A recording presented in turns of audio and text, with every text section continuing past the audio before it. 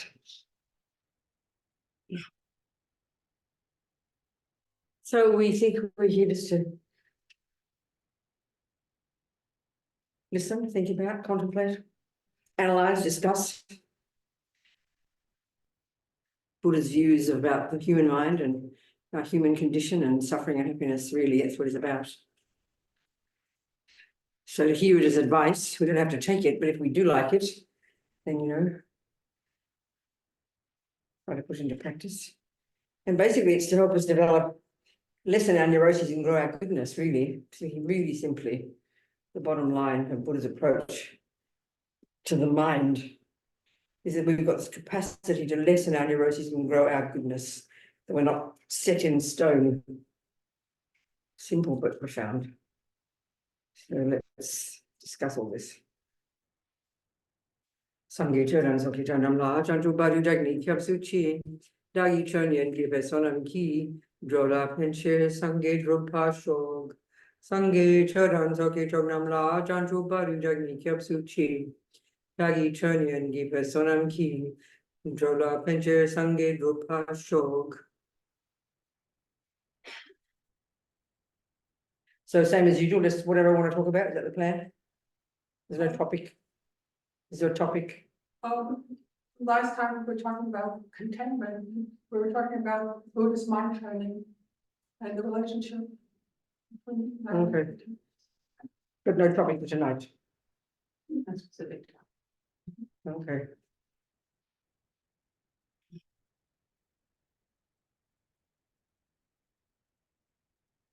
Well, I think our minds aren't set in stone. It's a good point to talk about. Sounds very simple. We can probably believe it, but when we're caught up in misery and caught up in dramas and caught up in anxiety, we don't believe it for 1 millisecond. In fact, I think deep in the bones of our being, we identify with whatever the most strong emotions are, and we assume that's who I am. We even think of ourselves in those terms, don't we? I'm an angry person, I'm a depressed person. We kind of define ourselves by our prevalent, certainly the negative emotions.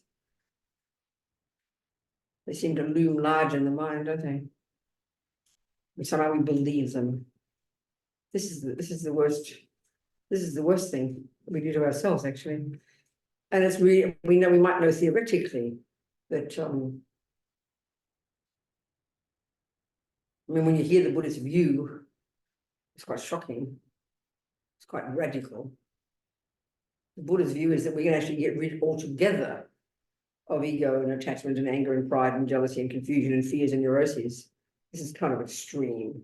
You ask that to a neuroscientist, and they'd laugh at you, So it shows actually the view that is prevailing in our own culture, in our neuroscience and psychology, is pretty much that we are kind of born with these tendencies and they seem to define us quite strongly. So we have that view already. And our systems reinforce that. So even though, the 20th century, I remember one Canadian, when he talked about, people talking about now neuroplasticity, one Canadian scientist said something, the greatest finding of the 20th century, that we're not set in stone, basically.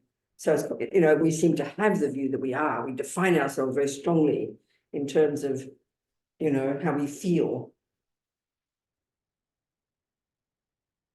So forget it. So if you don't learn the science, you haven't studied neuroscience, you haven't studied psychology, you don't need to be told when you're angry, you believe it's absolutely, it defines you, it overwhelms us. But the part that's really hard to get to, we discuss this all the time, is that because we don't notice what's happening in here, there's a dependence point there for the mind. It's interesting, not here. Because we don't know what's going on in our mind, quite literally, until it rises very strongly to the surface, which includes when we feel it in our body, and we call it emotion. But from the Buddhist perspective, psychological view, this stuff's going on at a very deep, subtle level, at a level which is surprising to us, of being really elaborate, deeply held hard to hear conceptual stories. I mean, in fact, we come into this life programmed. Of course, this is the Buddhist view about karma. We don't come into this life programmed with our mothers and fathers and grandmothers and grandpa and the monkey's tendencies, which is the materialist view. There's a shocking difference already. We come programmed with our own tendencies, because Buddha would say our mind comes from before, not from our parents. This is a massive point in Buddhism. And the implication of that's pretty intense. That what's in our mind from the time we begin in our mother's womb doesn't come from our parents. Their treatment of us can trigger what's in the mind. So if you've got a tendency to be angry and your mother hits you every day, clearly you're going to rise in anger. So we tend to think, well, I'm angry because my mother hits me. Well, no, you brought anger with you, and then that just exacerbates your anger when she hits you. So it's a tiny point, but a massively different one. So the whole point in the whole approach in Buddhist psychology is that you learn to know your own mind and take responsibility for it. Yeah, your mum hit you. You have to take responsibility for that. That's hers. But the anger is yours. This is a massive point, actually. And this takes a while to see, because it shocks us to think that my anger is mine, because we prefer to think that I'm angry because of my mother. I'm angry because of the boyfriend. I'm angry because of the politics. That's very instinctive in us. We believe that without even question. So this is a very huge point, actually. We need to think about it. But the advantage of that is that then you feel you can do some work. Whereas if it's always your mother's the problem and the politics are the problem, we keep trying to change the outside world. And then we remain a victim. It's not fair. It's not my fault. What do you mean I should change? They should change. This, we feel this very strongly. So the implication, experiential implication, I find, which I like, from the Buddhist view of the consciousness being your own, not physical, doesn't come from mummy or daddy, it's not the handiwork of a creator, it's not the physical brain, doesn't come from nowhere. You come programmed into this life with your own tendencies. So taking that on board is I mean, you can't prove it yet because we haven't got enough practice. Taking it as your hypothesis, taking it as your work, you know, that causes us to then think, okay, I better learn to know my mind, because I know I'm sick of the misery. And if it's not set in stone, doesn't define me, then I can learn to become familiar with it and change it. That's the essence of Buddhist practice, actually. So it's very powerful. But it's hard to hear that we're not set in stone, because even though we might know it intellectually, we feel like, yeah, this is who I am. When the anger rises easily, well, of course, there it is. That is proved. I'm angry.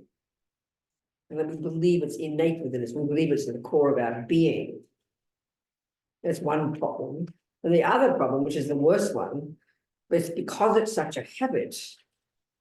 And this is a part of being these emotions just being the tip of the iceberg of the conceptual stories deep in the bones of our mind that are so practiced, we can't even hear the story. And that's what we have to become familiar with through practice, is to hear that anger, that emotion, that feeling we feel in our body and, you know, physical, so strong, is just the tip of the iceberg. And it's rooted in being, it's underpinned by, it's informed by these conceptual stories. In this case, anger, it's a conceptual story, it's an opinion, it's a viewpoint, it's a concept. This is very shocking to hear this. So we have to prove that to ourselves. We're so caught up in the emotional component because it's so spontaneous. You don't sit there thinking, now I think I will get angry. You know, you don't think that. It's there before you know it. So that's because that's when we think this is just natural. When we say natural, we mean it just happens, you know, it's not intentional. Therefore, we assume it's at the core of our being. Therefore, to think we can change it seems pretty intense, pretty abstract for us. So let's look at how anger, anxiety, depression, all these emotions we talk about, these strong feelings, how they're all informed by being conceptual stories, by being elaborate viewpoints. This is a very shocking idea. Let's see if we can prove it, you know. It's almost very simple. Lots of people keep journals, don't you? Some people here probably keep a journal, right? You write down your thoughts and feelings. Yes, people keep journals all their lives. I never did. No, I don't. I don't. No, but some people do. Well, think about that. Or even more simple, you know, if I'm having a chat with Rosanna, there's Rosanna, and suddenly, you know, and Rosanna's, let's say Rosanna's a fairly quiet person, doesn't express her anger, but I'm a volatile person, I express my anger. All you got to do is, when I start getting angry, you just turn on your iPhone and record me. And then you'll transcribe the words that came out of my mouth when I was having an angry fit, right? So then you'd write them down and print them out, and you'd read them out. So what have you got? You've got a piece of paper with a bunch of words on it. You don't hear any shouting. You read words, and we all know words are expressions of thoughts. So guess what anger is? It's a bunch of thoughts. You can read those words immediately, and you can see this person was angry. You can't hear them shouting. Now, let's say Rosanna doesn't express her anger, but she knows her mind well, and she'll tell you, well, you know, I'm angry too. So she will kindly write down her thoughts for you because you can't hear them because she doesn't express them. So what do you think anger is? Anger is thoughts. I mean, it almost seems like too simple, but it's evident. But we're so caught up in the emotion, we don't notice the words, you know. We don't know, we're so overwhelmed by the feeling, the intensity, the pain of it. We just don't notice the series of concepts we're having. It really is so clear. I mean, that proves it. Anger is a series of concepts. Distorted, exaggerated. As you know, we know when we're kids and you scream at your sister, you think you're going to, you know, my sister would cook, you know, be mean to me, and I'd run to my mother crying as if the whole world had collapsed. We know what we're like. And your mother says, you're making a mountain out of a molehill, darling. Of course, you don't believe it in the beginning, but when you calm down, you realize you were making a mountain out of a molehill. Great saying. So the Buddhist view would be these, in the mind, we've got negative, neurotic, self-centered, this doesn't mean unfair, it's unkind, it's painful to hear this, painful, distorted, painful states of mind, conceptual stories that we've practiced, and they're called attachment, anger, jealousy, arrogance, low self-esteem. It's hardly rocket science, you know, you don't need Greek names from some, you know, neuroscience to tell you these things. And the key character, and then we've got the positive ones, love and kindness and compassion and empathy. They're also emotions, aren't they? And we can sort of see, really without being moralistic, the first lot are miserable, unhappy, distressing. The second lot are really pleasing. It's sort of evident. So what is it about? What is the difference between thoughts that are called love and thoughts that are called anger? What's the difference? It's very clear. The second lot, the virtuous ones, they're related to others. They're empathetic. They're rooted in being harmonious, positive, you know, kind, and they're connected to others. It's really clear. When you say something kind to somebody, you lean towards them and smile and say a pleasing sound to that person. It's so clear the benefits of a loving thought.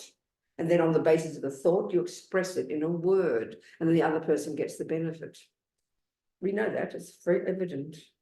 But look at the angry words. I lean forward and I say abusive words to the person. Look at the result. That's the difference. So the anger is totally I-based. Don't feel guilty. This is why we suffer. This is why we suffer. Not to mention the harm we do to others. This is why we suffer. It is painful for oneself. It's painful for the angry person. So anger is a series of thoughts we've practiced that is now expressed as an emotion. It's all about I, only about I. And the key characteristic, this is the Buddhist view, but you listen to it, this is very evident. The key characteristic of attachment, arrogance, low self-esteem, anger, depression, is that they're I-based, they're painful, and they exaggerate. They're not valid. They're not valid insofar as they are distorted, delusional, exaggerated, embellishing reality. It's really clear, actually, when you're attached to a chocolate cake. Attachment, if that's prevailing in the mind, which is is kind of emotional, the sense of not having enough, you dump it on the cake, then that causes the cake, the attachment causes the cake to look way more delicious than it really is. You get all overexcited, and then you're putting this responsibility on the cake to make you happy. And so attachment exaggerates the deliciousness of the cake, exaggerates the role of the cake in making you happy. We do that to the boyfriend. We do that to everything that we're attached to. So it's in that sense, the Buddhists they talk about valid and not valid concepts. Sounds very peculiar.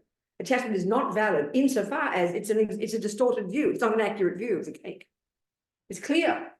If you have an allergy for chocolate cake, you're allergic to it, it'll look disgusting to you. And the person attached to it will look divine to them. Well, the cake is neither divine nor disgusting. So all these neurotic emotions distort the thing, the event, the person. I think we can prove that to ourselves, and that's why it's painful. That is painful, and that's why it's going to only cause suffering, you know. So because it's a distorted concept, we can change it. But you have to hear it first. You know, I think I don't know much about different Western psychological views, but I know one's coming, I think it's called cognitive behavioral therapy. Whereas basically by changing your thoughts, you change your behavior, so you become a better person. Buddha's your first cognitive behavioral therapist, I tell you, but to subtlest level. It's very fascinating. But it's very clear we think of it like this. We don't think of it this way. Because the emotion is so strong and the physicality of it is so intense. We're overwhelmed by it. And this is the part that causes so much pain. When you're caught up in that depression, or you're caught up in the anxiety, or you're caught up in the anger, if you were able to write down what you're thinking, then this is the point, we believe that analysis is the absolute truth. So that's where, let's say, you know, you have to distinguish between facts and fiction. So say I accuse Rosanna of stealing from me and I'm angry with her. So that might be true. She might have stolen. That's not delusional. That's a fact. That's a fact. You can prove that. That's not a delusion. That's not distorted. That's not exaggerating. The exaggerating part is the intensity of my emotion. And then we tend to think, what do you mean I'm exaggerating? I'm allowed to be angry. Look what you did to me. So what we have to try and see is how the anger or the depression. So what is depression? Depression really is internalized anger. You're the object of depression. You're the object of aversion. It's aversion against yourself, basically. I am hopeless. I am no good. It is a disaster. You know, look at jealousy. Look at attachment. Look at low self-esteem. They're all conceptual stories that that drive these intense emotions. And then when we are caught up in them, we believe the story they tell us with absolute certainty. That's the tragedy.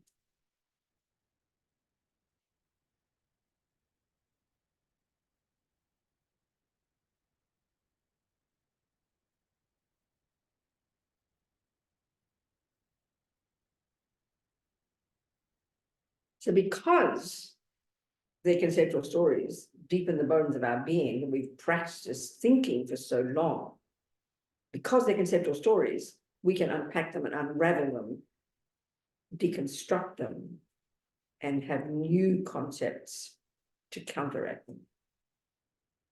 That's cognitive behavioral therapy. Buddha's view, Buddha's approach. Of course, it takes time. These emotions are so intense, so habitual. And that's the job. That's the job to be done. So it demands incredibly sophisticated knowledge of your own mind. And that's Buddha's expertise. These brilliant techniques that Buddha invented. Well, actually, he did. Many of them came from the genius Indians before him, the Hindu system.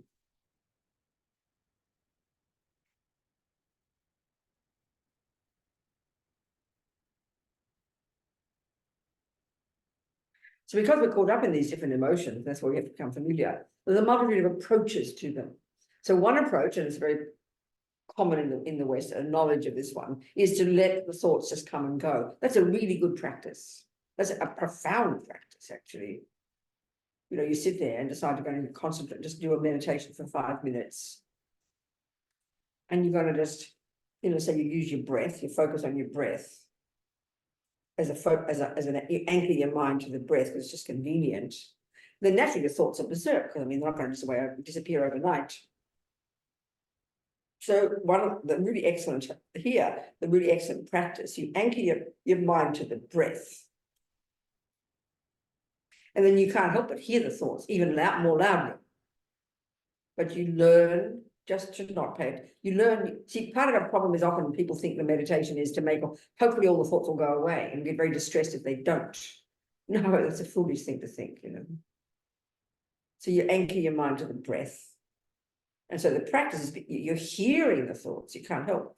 Here they are in the back of your head, shouting and yelling. So instead of wishing they'd go away or wishing they weren't there, that's silly, they are there. But normally in our life, when they're loud enough, we swim in them, we identify them, we talk, we have big, massive conversations, we grow the intensity of them. Here the practice is not to want them to go away, to accept that they're there, but not to follow them. It's a huge practice. It's incredibly powerful to practice not following them. And that doesn't mean, that means just let them be there. And that's scary because we don't like them. It's like, let them be there. Let them be there. Don't push them away. Don't pretend they're not there. Don't try to suffocate them. You can't do that. You anchor your mind to the breath. A simple example, the breath, say.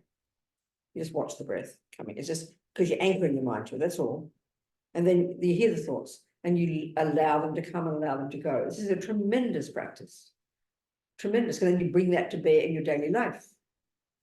You know, like I always use a simple example, you're washing the dishes, or you're driving the car, you know, whereas before you'd started to practice, you wouldn't have known you were angry until the words vomited out the mouth when you're shouting at the car down, you know, on the freeway.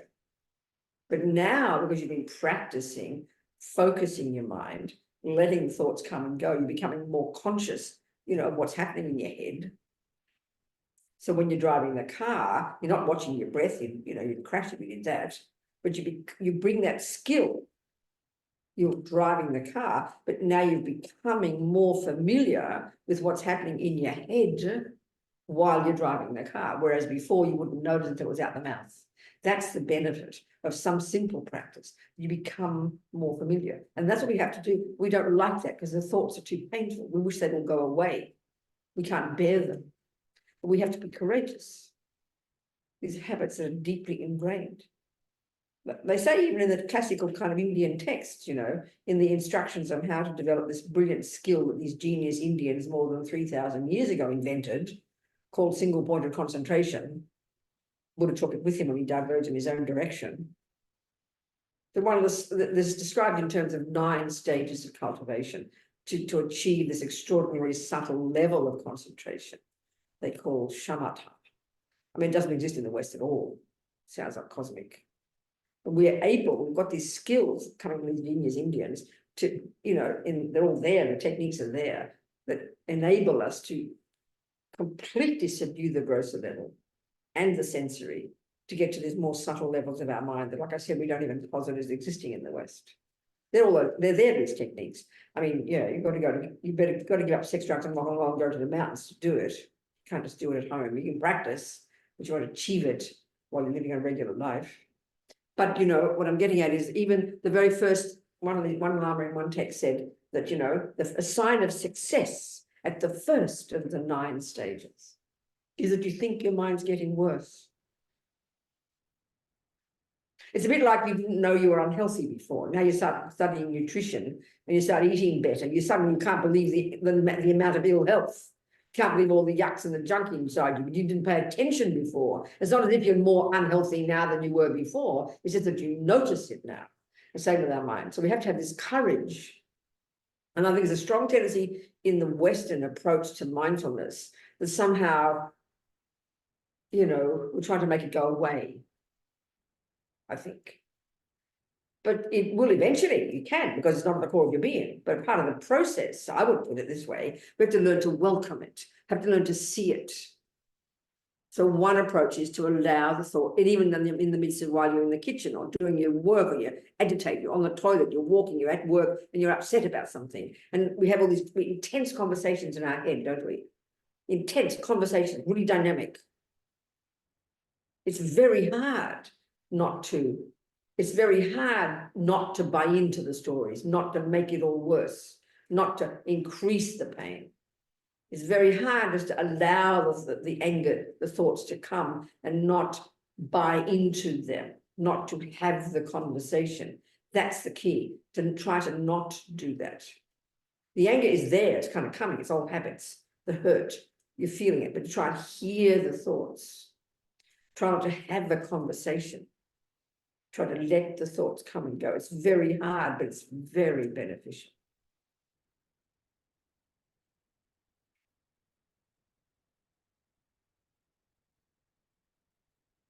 And of course, what these thoughts do, they're all there, but they're informing the outside world to you.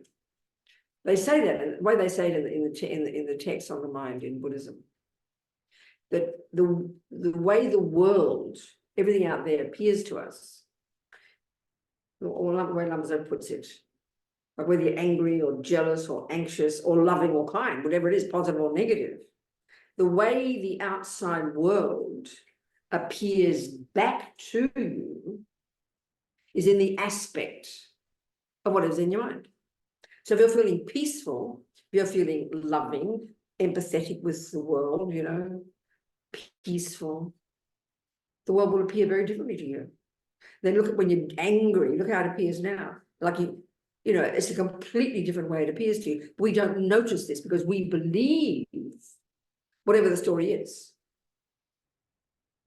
No, we don't even believe it's a story. We believe that the way the world is that way. We don't realize that our mind painted a picture. When you're very angry, you're painting a picture of that person, let's say. We never think our mind plays a role. It's very shocking.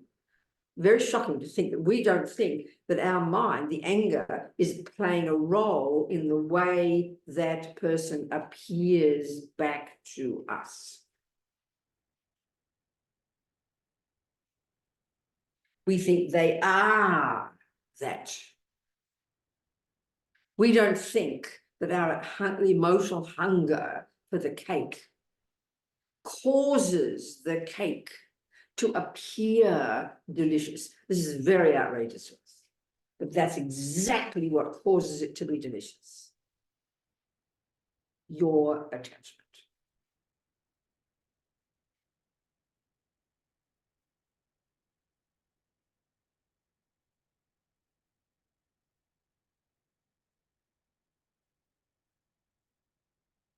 Buddha's view is the mind is the main player, not even the external object. That's very shocking. The mind, what's in your mind is the main cause of what you're thinking and feeling, and therefore the main cause of how things appear to you. I mean, we know when you hear a person see a person walking down the street, and you discover they're not really talking in their phone, they are actually crazy. It looks like everyone looks crazy. It's all talking in our phones, aren't we? But you realize the person is hallucinating. Then we say, oh, the person's crazy. They're making up things. Well, Buddha says we're all doing that. It's just a question of degree, not being sarcastic. And what's the cause of those hallucinations?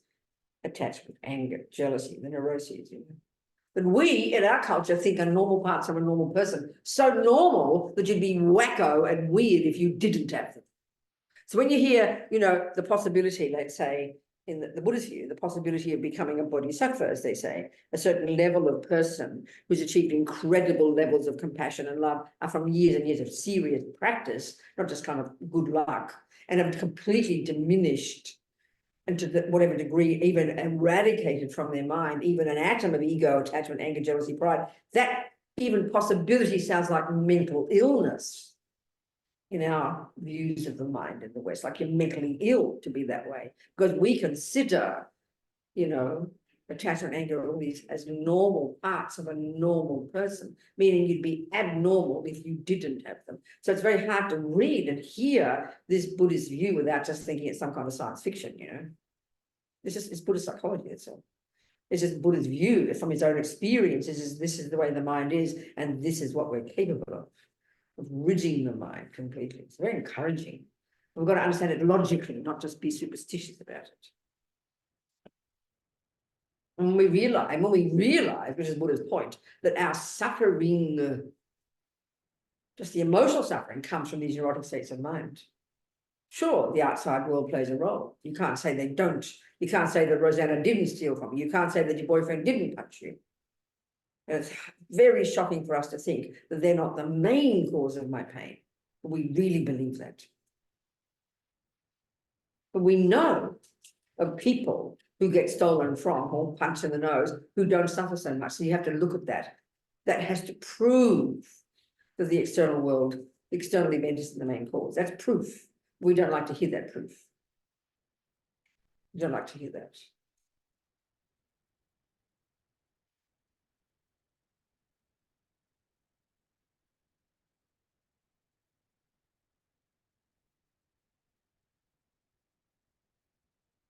So the conclusion of this view is we've got incredible potential. For what? Well, guess what, people? It's called happiness. It's called contentment. It's called feeling good. It's called being happy. Is this not what we want at the most basic level? And this is the Buddha's approach to it. How to get happy is to change your mind from misery to happiness. How to change it? How to change your mind from neuroses and unhappiness and ego and attachment and anger and jealousy and pride and the rest. He's not being moralistic. He's not saying you're a naughty person. He's being compassionate, pointing out the source of our pain. We have the irony of ego is we have a kind of feel, but what do you mean? I'm allowed to be jealous. Look what she did to me. That's how ego talks. So we cling to these things. This is the total tragedy. And somehow it's our right, you know. Very bizarre, actually.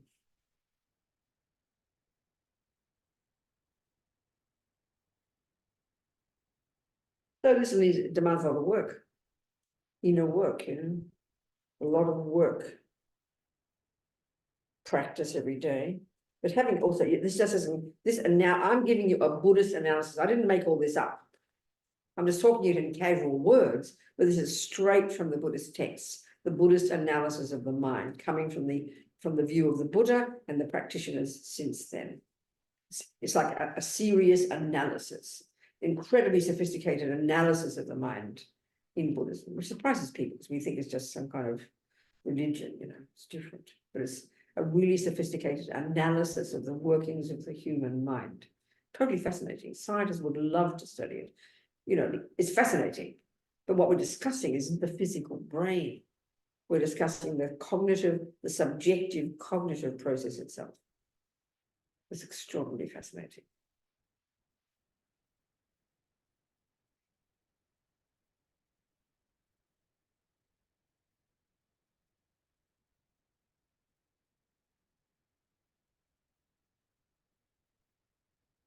But it's the hardest job we'll ever do.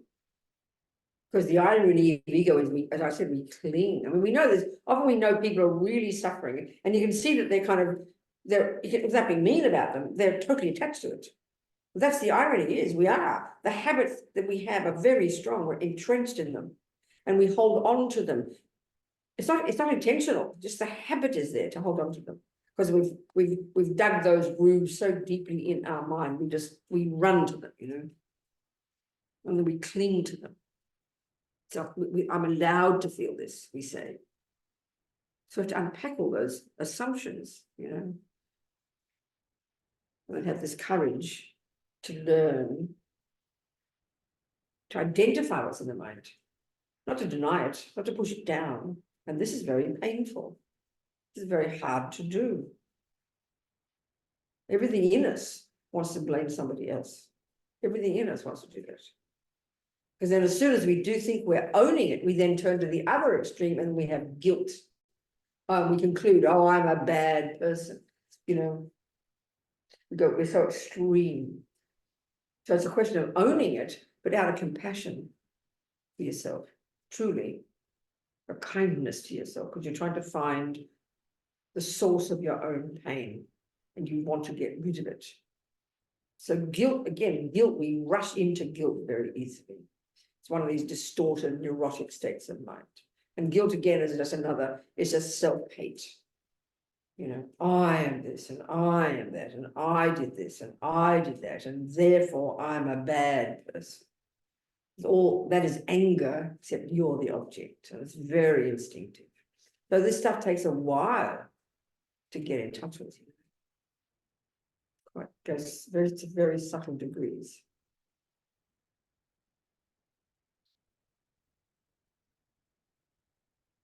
Have to unpack these concepts deep in our bones, are so tightly held.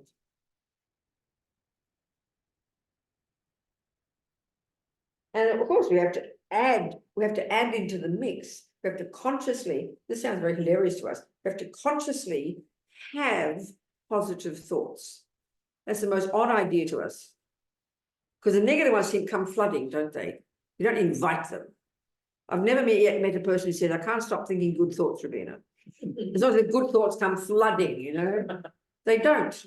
We know that. So when we forget that we can have a thought, I can, instead of, so we don't think all the thoughts are coming. We've got to fight with them and struggle and push them away and push them down and argue with them. No, just, you can have a positive thought instead. You're allowed to, it's your mind. It was surprised us. Because one of the practices they call it, Tibetans call it rejoicing. It sounds so like Pollyanna, but it's really hard. You know, when you just sit and do a little meditation, and in one of the practices, they said to rejoice. So you sit there for a couple of minutes, rejoicing in your good qualities. It's really difficult. We feel embarrassed to have a positive thought about ourselves. I mean, it's quite stunning when you think about it. It's quite hard because we don't believe it. Kind of we're making it up, you know. I find it mind-blowing. And if we do have a positive thought, it ends up being arrogant, like all puffed up. You know, so we've got to have, or what happens if we're trying to practice, we're afraid it'll become arrogant. So we're scared to have a positive thought. We're scared to rejoice in our effort or rejoice in our good qualities. But we should. It counteracts the other ones, which says, I'm a creep. We've got to argue with I'm a creep. You say, well, Rena, I'm not a creep. I'm a bit of a creep, but not a whole creep. Because they all exaggerate. That's the key thing. I mean, we know that. We know when you're, like when Rosanna, they say she stole from me. So suddenly, because I'm angry, before I liked, you know, Rosanna was my friend. I saw good qualities in her. And all of a sudden, she does one action. And what is that saying? We paint the whole person with that one brush. That's what we do to ourselves the whole time. That's the function of the delusions. They exaggerate. So you do one bad action and you go, I am a bad person. The Catholics have a lovely way to put it. They say, don't criticize the sinner, criticize the sin. That's a perfect way to put it. And that's the nuance we need to look into our minds. We have to own the negative qualities because they're causing me pain, but don't paint the whole of yourself. It's absurd. It's obsessive pain, ridiculous. But that's what the delusions do. That's what ego does. So we have to be very rational with ourselves. Of course, it takes time. As I mean, you've got to be our own therapist. Kind of, sort of like be like your mum calming the crazy kid down, you know. It's all right, sweetheart. It's not as bad as you think, you know, and you believe her. Well, that's what you're going to do to yourself. It's so sort of simple. It's not complicated.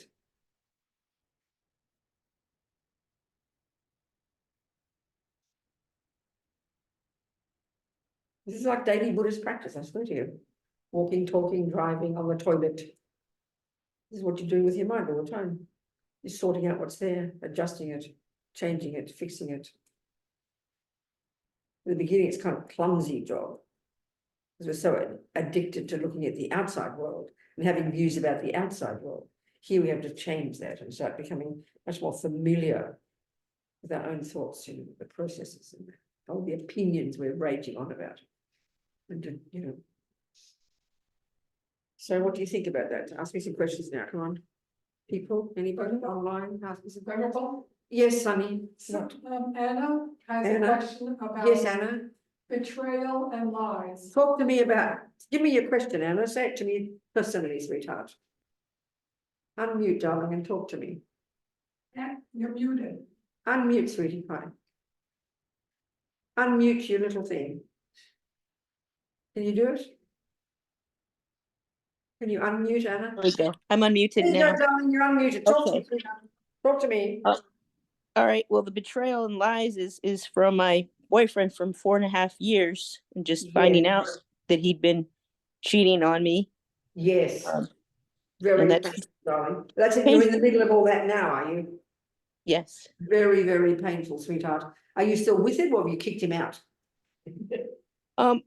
Well, he has his own place, so he's out. So we were together in my place, but he's now separate in his place. Okay, okay. Yeah. So what's going on for you then? How are you handling it, sweetheart? I'm going through some counseling, Good. and I'm trying to stay active and keep busy. Good. Yes. Trying to have the support from friends, Yes. and try not listen. to basically you try not to turn it against yourself. In other words, because he has lied to you and cheated on you, we can't help but think I must be hopeless. We turn it against ourselves, don't we, Anna? Yes. And you're Yes. trying to struggle against that, are you?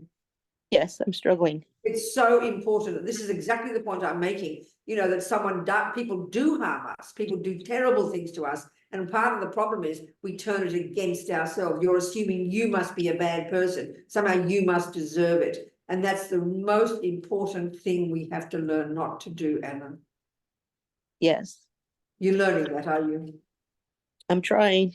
Good, sweetheart. And you got good support, have you? Yes, good friends. And well done, Anna. the irony of this is I heard about you through him. You what, darling? You what? I found out about you through him. Oh my goodness, Anna, well, that's He's someone you know, but I'm not going to say his name. You better not tell me his name, that's right. No, I'm not telling you his name. We won't say anything. Okay, No. good, Anna. So, darling, you're going to stop seeing him or what? You're going to just cut it right there because you can't live like that. You can't live with that. He kept saying he wants to try to make amends and try to fix it, but I don't know. What do you think? So, okay, this is the question. Now, this is my question for you, Anna. Not a question of what's right or what's wrong, not a question of being vindictive or angry, but you have to know, Anna, what you want, not what you think he wants. All the time when this kind of thing happens, you're watching for signs from the other person, and you're hoping they'll come back and love you again. But you have to know what you want, Anna. So you might know it now, but you have to ask yourself that question and really bring it up from the depths of your heart and look at what you want, and then you make your decisions, Anna, because this is a really powerful opportunity for you to do that. Yes. You understand me? Yes. Yes, I understand. Don't force it. Use your counselor, use your friends. Don't rush. Let him do what he has to do. Let him make his decisions, but you have to be clear what you want, Anna. That will be the best thing for Anna. You have to become clear. It's your life, precious one. You decide, okay? Okay. Thank you. All right, darling. Thank you so much. Thank you, Anna. Good example. Thank you so much. Thank you. Anyone I'm else? wondering about just what you just said. Yes, sweetheart. Just the idea of her, Anna's pain, and I mean, you were saying like it was her turning his negative emotions on herself, but what about just like, how do you deal with just having that pain? No, and of course, absolutely, it's also, that's of course, all of that's part of it, but that is a tendency we tend to have, isn't it? If someone says you're a horrible person, we use it like a knife to stab ourselves because we tend to believe it, which is. Even if we didn't, I feel like there's pain. Oh no, so that's one. So what I'm getting at, no, you're absolutely right. What I'm getting at is that is one tendency we have. So let's unpack that tendency, and that's the point about these delusions that we believe them. So in other words, when I'm not saying Anna. But like if you are mean to me, okay, I put it this way. This is one thing first, but it's coming to your point. We want, our deepest attachment, one of our deepest emotional hungers is to be liked by other people, more than with sex and drugs and rock and roll, So that's one of the deepest ones. And what that's saying is that somehow, unless I have you smile at me, I think I'm not enough. So that means I'm hungry for you to say nice words. So, but you could do that, and many people could say good things about me, but in a sense, I don't believe them. But you do one bad thing, you say one bad word, and I run like a magnet, and I believe it. So that's the irony of ego, and that's where the pain comes from. So the pain itself is just, this is the pain of someone rejecting us, someone not approving of us, someone being mean to us, someone not loving us. That is what the pain is. That's what I'm saying. And all it's showing, Anna's example, is the depth of our emotional hunger to be somehow, and we in our culture, we call that being called socialized. In other words, we don't believe in our culture that somehow you can become your own person. We do, sort of. We need to be approved of by others and have, in order to grow, and we need to be socialized. We need to have good people in our lives and a mother and a father who are kind to us, to nourish us and help us grow up. But I think we've got to really do the inner work to realize you might have a mother who doesn't love you. It's just the way life is. So we've got to, putting it in our way, we've got to learn to approve of ourselves. And that's really what giving up attachment means. It's very profound. So the pain comes from these very things. That's the point, isn't it? So the goal would be to still exchange self for others. So you have, Well, no, that's a really advanced practice. and then We'll discuss it, but that's a very advanced practice. right, and then have a thick enough skin to sustain negative viewpoints from other people. Well, you wouldn't say have a thick enough skin by that point. When you really got to the point of, okay, the very first level practice, like, we know in the Tibetan practice, they put them step by step, and I call it junior school. Well, the junior school practice isn't even about the mind. Junior school is just zip your lip and be careful, don't harm other people, and just be careful. The next level is be your own therapist, work on your own mind, learn to let go of the attachment, the fears and the dramas, which means becoming your own person, becoming content within yourself. So you wouldn't say, oh, now I've got a thick skin, because you haven't got a thick skin. You're now very loving and compassionate, but you have become fulfilled in yourself. But the therapist would say you're generating self-esteem from within. Yeah, whatever. That's exactly right. And in the Buddhist analysis, that's what giving up attachment looks like. You've given up this hunger to be seen and heard by others, which is a tremendously powerful practice. So at that point, then you can now to do the most dramatic level of exchanging yourself for others, because you're so fulfilled and content that you have such compassion for others now. That's the most advanced. Creates empathy there. Huh? That creates empathy there. The what? The exchanging self. Yeah, and that's an incredibly advanced practice. The only person who can really do that level of compassion is a person who's become their own person. That's the point. That's the whole point. And that's why now in our relationships, you scratch my back and I'll scratch yours, or we have what we call in the West codependence. I'm neurotically needing you to love me, and you're neurotically needing me to love you. We prop each other up in our dementedness, That's how we call a relationship. Right, transactional. Oh, that's exactly right. That's the pain of attachment, Whereas if you're putting yourself together and I'm putting me together, we'll have a very nice relationship. But we won't be all over each other like, Australia we say you're all over each other like a rash. That's an intense way to put it. You're much more independent and yet a good relationship. Because in other words, you've got to be a healthy person to have a decent relationship. We tend to think you're going to make me happy, so I'm going to be half a person coming along and you've got to fix me, No wonder we have troubles. Do you understand? Yeah. So exchange yourself for others is really intense. That's profound. And the only person who can do it is a person who's become their own person. I love that phrase, become your own person, which means give up this intense attachment to being needed. And that's why this Anna is a marvelous opportunity to become our own person, because we don't realize it. As long as the boyfriend's there being nice to you, we tend to take it for granted. But suddenly it's been taken away and the pain arises, doesn't it? So it's a great opportunity, Anna. Learn from it hugely about yourself. About yourself, Anna, and really get to see what you want, Remember hearing about opera. You say Oprah. Americans say Oprah, don't you? Oh no, we say opera. Oh, you say Los Angeles. No, you say Los Angeles, you say Los Alamos and Los, very strange. Never mind, whatever, but Oprah, I remember her, she did some kind of survey of women in lousy relationships. The vast majority said, well, it's better to have something than nothing, or better to have what you know than what you don't. In other words, they put up with crummy relationships, because it's better to have something than nothing. So that's intense. That's unbelievable, isn't it? You see what I'm saying? Wow. I hear the opposite now. What's that? Out in the dating world, I hear from a lot of women that no relationship is better than bad. People think that now. Yeah, Well, that's more healthy, maybe, isn't it? yeah. Yeah.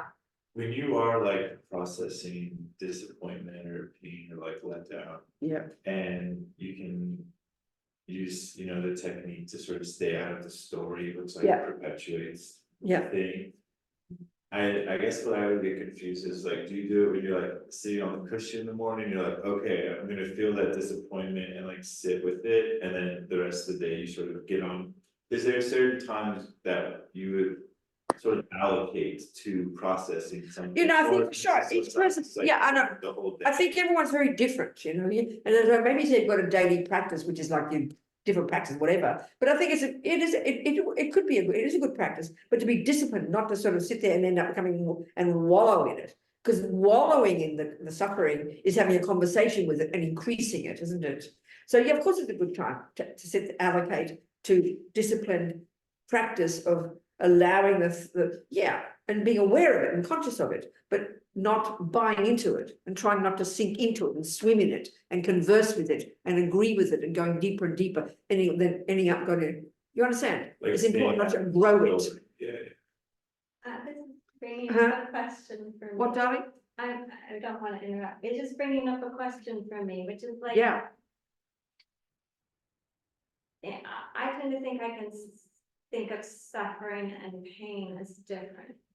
That I could. You mean those feel words? pain- No, that I could experience pain kind of purely and not as suffering. You mean, And I guess that's what why I think of this now is just. what's your difference between pain and suffering? Would you just distinguish for me? Suffering is kind of would be when my ego gets more involved in it. Yeah. And it's not just like the feeling and without a story. And what's the pain one? What's pain? That's what I'm saying, what pain is, the feeling, just the feeling of pain without a story, like not attached to the story. I see. But we're discussing emotional, not physical pain here.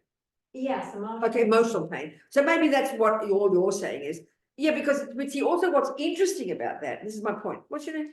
Janine. Jillian. Janine. Janine, darling. What's interesting about this is the point. You see, when we say that, we say the pain. It is like it's physical, isn't it? It's like it's physical. It's like you can't believe this intensity that is sweeping you completely. But the point is that it's rooted in being a conceptual story. But we only notice it when it floods into the body. That's the interesting point, I think. We don't notice a person who gets depressed doesn't notice the depression until you're inert in bed one day, because we're not paying attention to and then someone like me who would be angry easily, I didn't know I'd be angry. I didn't know I was angry until the words are out of the mouth. So we don't notice, because of the Buddhist approaches, we're not noticing our mind at a deeper level where we can start to hear the conceptual stories more deeply before they get to the level of emotion, meaning before they get to the level of the physical. So that's the real skill eventually. So you get to feel the pain, that's great. Absolutely. But slowly it'll lead you to hearing the story. That's when you can have if you unpack it. And like if it's called jealousy, if it's called depression, if it's called anger, they're all different conceptual stories. They're all different voices that I is saying. And we eventually got to hear those stories. Do you understand me? Somewhat, yeah, I mean, I'm not sure I have the same conceptualization, so I'm trying. No, I understand you. I understand your point. But I didn't mean to interrupt, but it was making. Yes, me think that's a of good point. No, absolutely. processing. So I think, of course, we need to become familiar with what's happening. And that's why it's sometimes really good to talk to people and weep and cry and bring it up and out so we can, in our own different ways. We all got different approaches, But so the skill is of not, to have it and see it and experience it, whatever, not deny, but then not to exaggerate it and swim in it and make it worse and then turn it against ourselves. That's the worst pain. Do you understand? Could Hang you on a second. describe the process? Sorry, start again, what? Could you describe the process of like how you, let's say something happened to you, like how you would sort of go about if someone disappointed you in some way? And that started, like, how do you go through and sort of Okay, move the story? and I sort of understand, let yes. go? well, you see, this is where, I mean, okay. I have to use the analogy of like physical health. If I didn't have an analysis of what is healthy food and what is not, I wouldn't know how to describe what's happening in my, with my health. But once I've got the analysis, I can then interpret it. It's the same here. The Buddhist view has got a very sophisticated, you might like it, doesn't matter, I'm not saying, is a very clear analysis of all the neurotic states of mind, exactly what they think, and then the virtuous states of mind. So when you know that analysis, then you can apply it. So what disappointment is thwarted attachment. So when we understand the Buddhist analysis, the most primordial neurosis that we've all got is this constant emotional hunger to get what I want every second, to get approval, to get kindness, to get food, to get sex, drugs, and rock and roll. There's the grosser level, and then the more subtle one of wanting approval, wanting people to approve of me. This is very subtle. So whenever attachment doesn't get what it wants, disappointment is a polite word for anger. You're upset, frustrated, hurt, disappointed. You've been let down because you have an expectation. One of the functions of attachment is the expectation. So when you have that analysis, then you can hear it and you can not argue with yourself, but you can do the analysis in your own mind. Do you see my point? And that doesn't mean that it'll go away immediately. So if I'm angry with Rosanna, and I have the view of karma, I'll know that I created the cause to have it. I'll understand where she's coming from. I'll be able to do the analysis. The pain is still there, but at least you have an analysis and that can weaken. That's another, some people have more feeling of the pain first. And I know my approach would be more to do the analysis. And then that can calm down. And the next day you wake up, you feel better because you've unpacked it. Yeah, instead of sort of the story and then sort of kind of perpetuating the bigger. That's right, no, exactly, and that's what happened. She this, and you go on for days, people go on for the next 35 years about something that happened and never let go of it, This is a tragedy, isn't it? They do. Go on, yes, hang on, you had something to say. I was just saying, as I think, would it be helpful to label as a way of analyzing, and even at that moment, what I'm experiencing, why I'm suffering, is it due to attachment? Sometimes. Oh, no question, that is the approach I'm discussing here, and that each person's different, but that's very much the approach I like to do. When you hear this, and outline what it is, well, okay, what is that? And you hear it, because it's a conversation. That's why, writing it all down, you go, well, there's jealousy, there's anger, there's love, there's compassion. You're going to, words are thoughts, and thoughts are subtle. They're subtle, actually, under the emotion. We feel the emotion, and we can't get to the conceptual story that's informing the emotion. And that really is what we try to do when we go to therapy. Try to unpack it, isn't it? Understand? Yeah. I just want to share an experience listening to you speak that it's just really beautiful to receive a teaching. And I just want to say thank you. Oh, okay. And maybe there's a lesson, but I never met Lama Zopa Rinpoche or knew about him until after he died. Yeah. I just felt like really, after watching all his YouTube videos, the presence of his teaching in your teaching. And so I just want to say thank you. Oh, really? And it has something to do with this conversation because the presence of those voices that are so loving and so positive that aren't mine, they're teachers or Yes. the Dharma. It's just very wonderful for me. And Well, good. I just want to offer it also to have teachers in your life or guides in your life who can be giving you that positive. I hear you. That's wonderful. Yes. Perfect. Thank you. Thank you, sweetheart. Yes. So Venerable, would you say that all these non-virtuous feelings, the suppression, the anger, the jealousy, all come from wanting approval? I mean, is it all? Okay, no. Down? Okay. There's sort of, okay.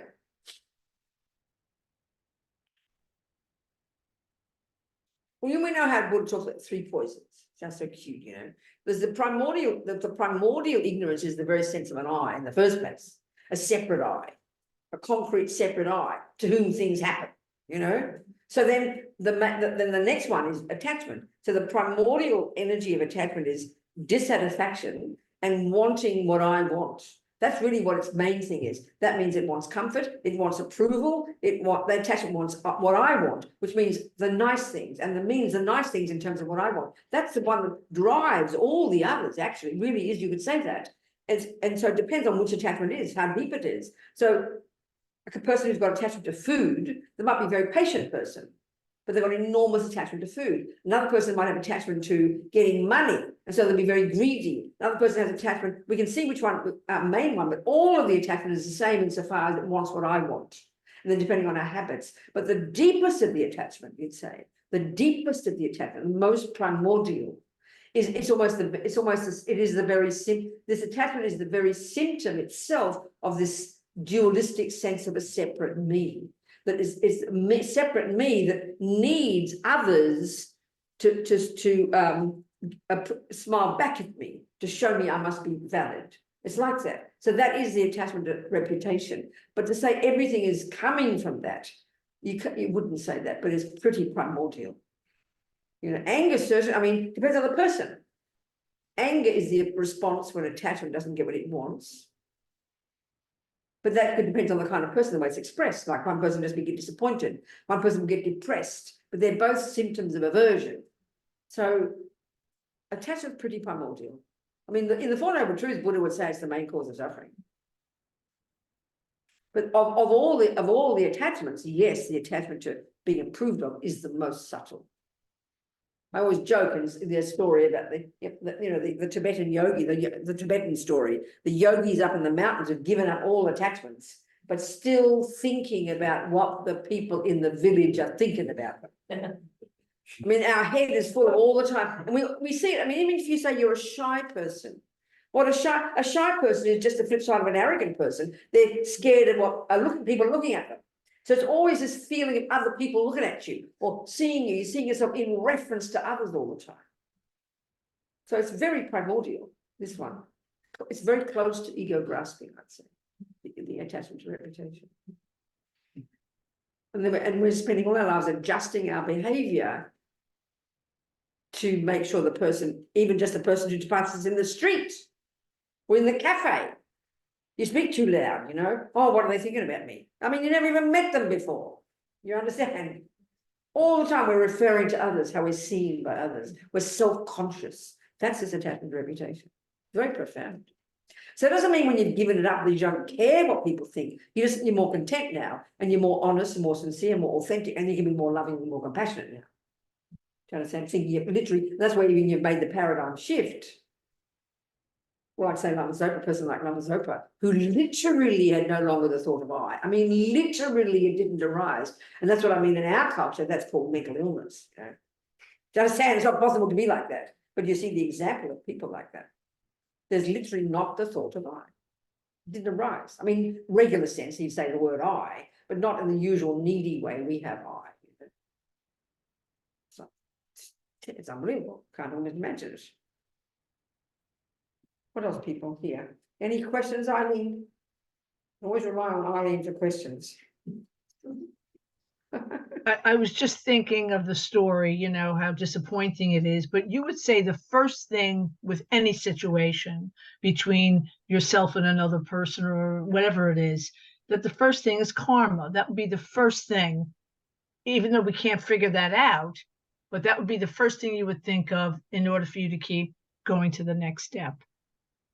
Well, the words sound familiar, but what do you mean by them? Well, in other words, in any situation, it's not just Anna. We've all been there where someone has cheated on you, or there's been a disappointment. So I see it. So you mean when something, of course, if you're using the classical Buddhist analysis, yeah. I mean, it might. Okay, in the Buddhist view of the universe, yes, the first cause. Okay, when you look at the way karma ripens, from the Buddhist point of view, one is the type of rebirth. And then within this rebirth, the other three ways that our karma ripens are: one, the tendency in the mind; two, whatever happens to you, and 3, even the way the physical world impacts upon you. So yes, if you get, let's say you get sick, we'd say, oh, it's because I ate carrots and they're not good for my stomach. That's not the main reason. The main reason you get sick is from past killing, that you've got environmental karma, which causes you now to get sick. So the main cause every time, yes, is first the past action. So in terms of relationships, if Anna has got a lovely friend who is loving to her, the Yes. main cause is her past virtue. So Yes. always owning that we are the cause of that experience, which is a very profound view to have, and it really takes time. We tend to turn it against ourselves when we have it in the bad ones, and it could easily go, oh, well, karma, it's all my fault. But that's turning it against yourself, not. Right. But the good as well, the good as well. Yes. And that's very powerful. Yes. To remember Yes. that, you know. Yes, absolutely. In other words, that's why I like to use the analogy of karma as, you know, the Buddha talks about seeds and fruits. That's the analogy he uses all the time. So I like to use the example. I say that our life is our garden, and whatever is in it, whatever you see every day, whatever happens, whatever you do, whatever you see, you planted it. It's, as Lama Zopa says, it's your karmic appearance. That's pretty intense. Yes. It takes a while, but it really means we own whatever happens. You know, we learn from it, own it, it's ours, then we can change it. Pretty intense. It's really implying emptiness, you know. Thank you. How's that, Nani? Thank Yes, you. I Nani. do. Good. What else, people? Can you tell us how to rejoice? Rejoice, you just say the words. They're words, sweetie. You just say words. So, you know, like right now, we can go, you know, at the end of the day, once you've done your practice, you can say, well, I did a good job today. I did my best to control myself. I didn't kill my partner. I did this. I control my mouth. I'm doing my practice every day. I'm attempting to be a good person. There's lots of things about your behavior and who you are. But we just don't. So we tend to identify with the bad ones. Bottomless. This is a bottomless pit. It's incredibly important practice. It's not meant to be pride. I'm so important. It's really practicing programming our mind with positive thoughts, remembering the Buddhist view that every thought counts. You know, you don't have to invite the negative ones, they just come flooding in, but we have to invite the positive ones, consciously say them. Don't wait for them to come. We tend to be passive with our mind. Well, what can I do with all these negative thoughts, as if we're somehow this victim of thoughts, but it's our mind. We can learn to be in charge of it. Do you understand? It's so important to remember, especially when things are going wrong. I remember there's a sweet way the Tibetans have, when you're feeling a bit arrogant, you tell yourself something you can't do. When you're feeling a bit low self-esteem, you tell yourself something you can do. It lifts yourself up a bit. And that's important. It's good psychology. That's called rejoicing, but don't wait for the bad thing to happen. It's really important to remember, because I mean, we all know, we know people who really like you can praise you and see your good qualities, and you don't believe a word of it. We want to hear it again, but to say it for yourself, we've got to say it ourselves. It's very powerful to do it. It's important to do it, because we're not just one thing. Thank you. But it really is hard. We tend to feel embarrassed to say good things about ourselves. It's so weird. It's so strange. And yet we're hungry to hear it. And we're hoping you will say good things about me. You understand? It's not, because you understand, it's so also we're so silly, you know. You don't go around telling everyone else your good qualities, that's not appropriate. It's very funny. I know the Tibetans have this way of teaching. It's very traditional, but the Lamas, when they teach, they never bring themselves into the story. And they're always saying, I'm not qualified, I don't know anything. And Tibetans understand that. We know it's humility, but we poor Westerners don't. So there's this lovely story about His Holiness giving a teaching, and then this fellow was in tears because His Holiness just said, I don't know anything. And the person said, well, what chance have we got if you don't know anything? And the Dalai Lama back there, he said, well, I do know a few things. But these days when he teaches, he teaches very differently. He talks more like a Westerner. He says, when I was 16, I learned this and I thought this. I think I realized that. Tibetans would never do that normally. But it's necessary. It's good. We need to hear it. We need to be encouraged, you know. And that's what, and then I remember in that talk, His Holiness told them, he told them that he had a memory when he went to India for the first time in 1956. There's a 2500th anniversary of the Buddha's, whatever it is, and he went to India for that. And he said when he was in India, he had a memory of being in the back of a crowd of a teaching of the Buddha. It was so encouraging to hear that, wasn't it? It was very sweet. But he was in the back of the crowd. He said a poor person. He wasn't in the front row. He didn't say that. You understand? That's so sweet of him to tell us that. Yeah. The Cinderella story. What? That's a Cinderella story. I know, it's a wonderful story. It's a lovely story. He remembered the back of the crowd, he said. What else, people? Any other questions? I mean, what's happening? Nothing. I wonder. Paolo?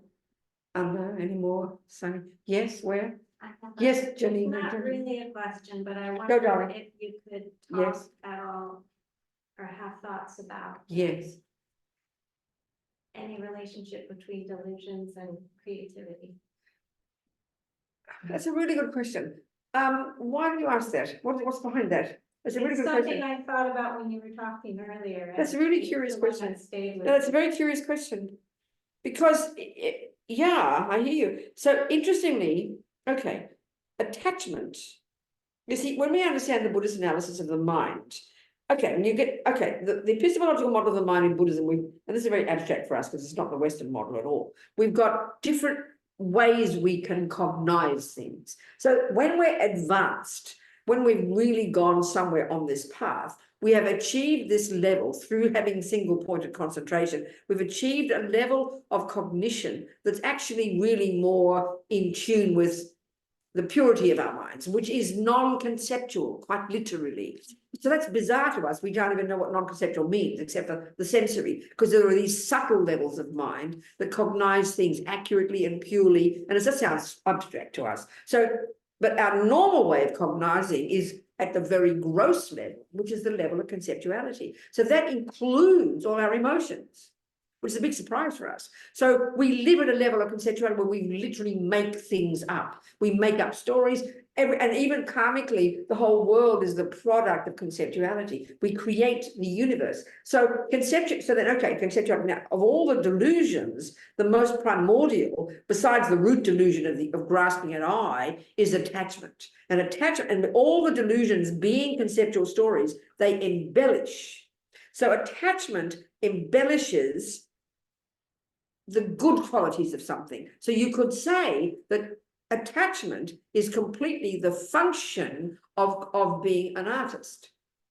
So sound, like Bach, he was this genius who took plain sound, and because of that's not attachment, he had intelligence as well, right? So you put intelligence and virtue along with attachment, you've got a creative person like Bach who writes really sophisticated, complicated, highly conceptually complicated theoretical music, but beautiful.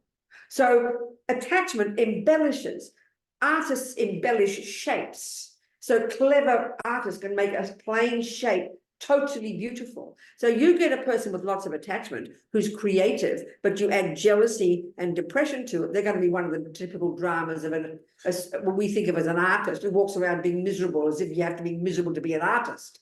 But no, creativity, if you've got that level of conceptuality that can conceptualize plus intelligence plus virtue, you can do a good job in the world.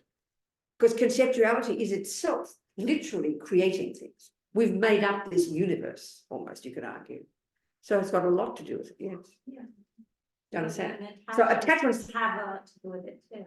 Attachment is the main one. Yeah, it embellishes.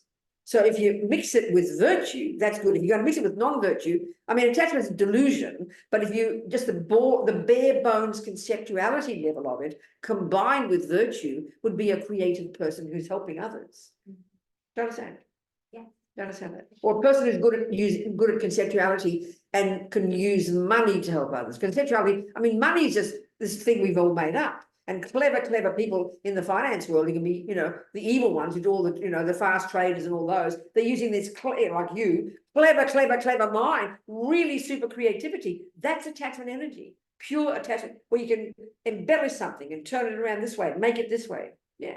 But if you underpin it with virtue, then it's useful. Understand? Understand? It's an interesting question. Wow, isn't it?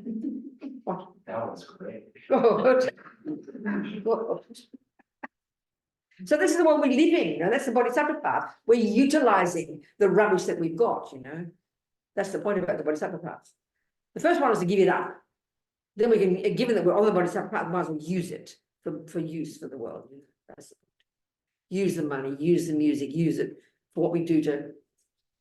Why are we, it's a bit cold in here, isn't it? Can we turn the fan off perhaps? Let's turn the fan off, can't we? I mean, it's 10 below down outside, isn't it, or something? Yes. Anyway, whatever. The fan, when does the fan get